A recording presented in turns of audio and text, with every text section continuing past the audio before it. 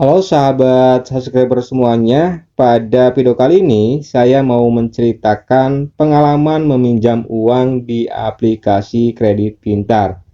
Jadi ada beberapa poin yang harus teman-teman pahami sebelum teman-teman mengajukan pinjaman uang di aplikasi kredit pintar ya.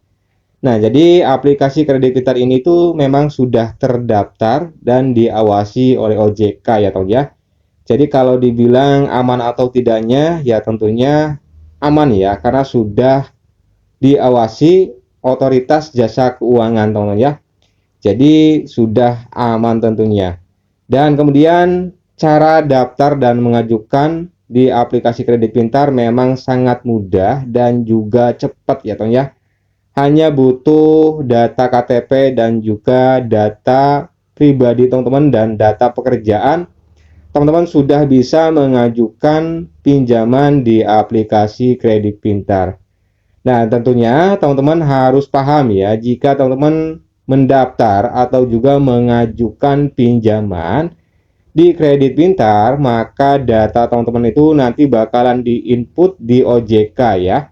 Nah, jadi nanti kalau teman-teman bermasalah di masalah pembayaran, maka teman-teman nanti bakalan kesusahan untuk meminjam lagi ya di aplikasi kredit pintar atau juga aplikasi yang lainnya yang sama seperti kredit pintar gitu ya, atau juga bisa dibilang pinjol, aplikasi pinjol teman ya. Nah, jadi kalau teman-teman nanti di backlist atau ada masalah, maka teman-teman nggak bakalan bisa mengajukan lagi walaupun bukan di aplikasi kredit pintar. Jadi teman-teman harus ingat ya, data teman-teman itu nanti bakalan diinput ya.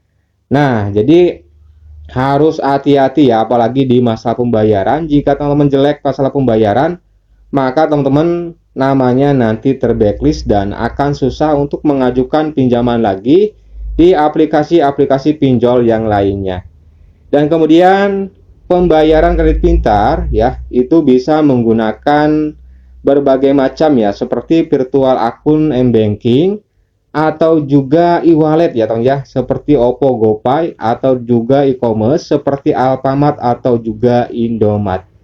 Nah, untuk pembayaran memang sangat banyak sekali metodenya. Jadi bagi nasabahnya itu sangat mudah ya untuk melakukan pembayaran, bahkan bisa menggunakan virtual akun eh, banking ya, atau juga bisa menggunakan bank digital dan bahkan e-wallet ya teman ya. Jadi sangat mudah dan juga bisa menggunakan e-commerce seperti Alfamart dan juga Indomaret teman-teman ya.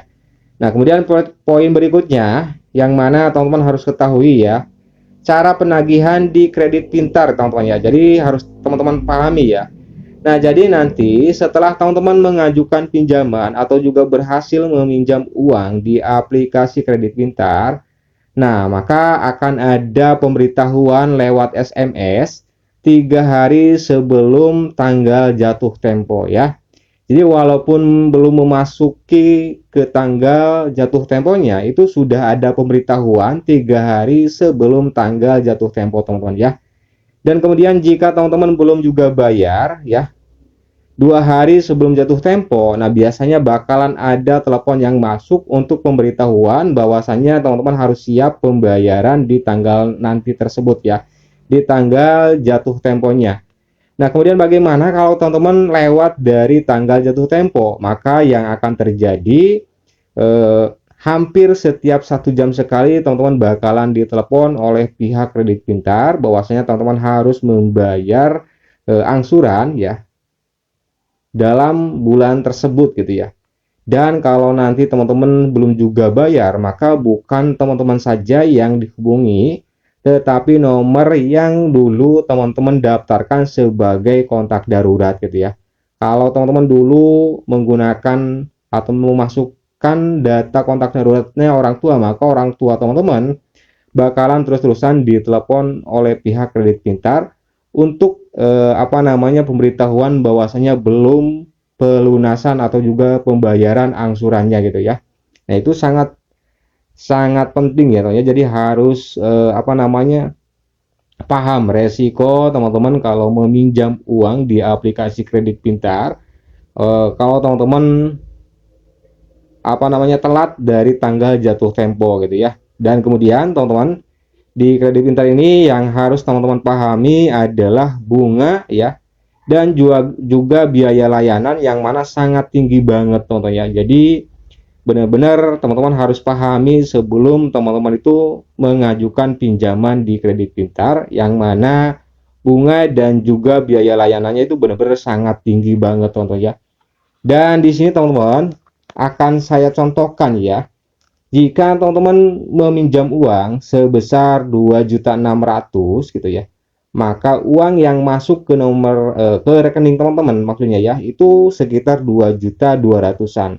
Nah, kemana sisanya ya? Sisanya itu menjadi biaya biaya layanan atau juga biaya admin teman-teman ya. Nah, sedangkan kalau teman-teman memilih tenor yang 3 bulan, maka angsuran yang teman-teman harus bayar itu di Rp1.100.700 ya.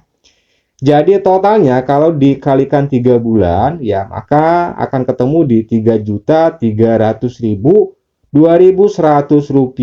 Nah, teman-teman tinggal kurangi aja jika ingin mengetahui bunga keseluruhan yang teman-teman harus bayar ya. Jadi tinggal kurangi uang yang teman-teman terima ya, yaitu Rp2.200.000, maka hasilnya di Rp1.100.000 itu total bunga keseluruhan yang harus teman-teman bayar jika teman-teman meminjam uang sebesar Rp2.600.000 dengan tenor 3 bulan teman-teman ya. Jadi kalau menurut saya itu benar-benar gede banget ya bunganya, dan juga biaya layanannya itu benar-benar gede banget. Jadi teman-teman harus pikir dulu sebelum teman-teman mengajukan pinjaman di aplikasi kredit pintar atau juga di aplikasi pinjol yang lainnya gitu ya. Supaya teman-teman paham dan bagaimana sistem atau juga metode eh, aplikasi tersebut ya, seperti di masalah penagihan atau juga metode pembayarannya gimana ya, teman-teman harus paham. Nah, jadi sekian sahabat semuanya tentang pengalaman saya ya. Jadi teman-teman tahu ya bagaimana kalau teman-teman meminjam uang di aplikasi kredit pintar. Semoga video ini bisa bermanfaat buat teman-teman semuanya, dan sampai jumpa di video berikutnya.